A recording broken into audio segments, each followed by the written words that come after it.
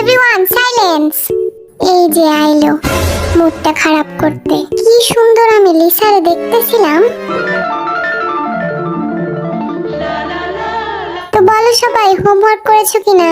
জি sir. আহ কি মিষ্টি সুর, কিন্তু তোদের মুখ দিয়ে একটা সাউন্ডও বের হয় না কেন? তোরা কি হোমওয়ার্ক করিসনি? স্যার আমরা তো হোস্টেলে থাকি। তাতে কি হয়েছে?